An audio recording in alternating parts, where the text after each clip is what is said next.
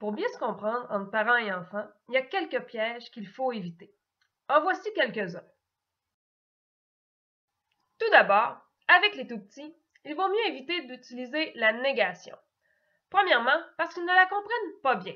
Et ensuite, parce que de se faire dire constamment qu'est-ce qu'ils n'ont pas le droit de faire, ça ne les aide pas à savoir quelles sont nos attentes par rapport à eux. Ensuite, les jeunes enfants sont en plein dans la construction de leur vocabulaire. Pour bien apprendre notre langage, ils doivent commencer par associer un mot en particulier à un objet bien précis.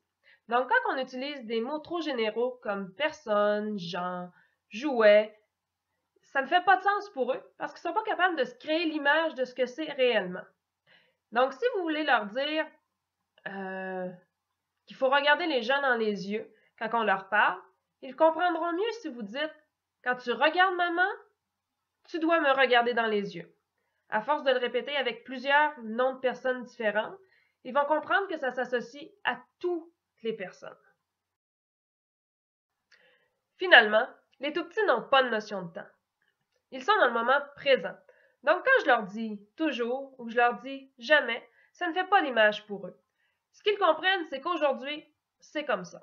C'est à force de répétition qu'ils vont en comprendre le sens. Par exemple, si je leur dis « Tu dois toujours te laver les mains après être allé aux toilettes », c'est à force de demander s'ils ont à se les laver qu'ils vont finir par comprendre que c'est vraiment après chaque fois. Donc voilà, j'espère que ces trucs vont vous aider à déjouer les pièges de la communication par enfant. Merci, bonne journée!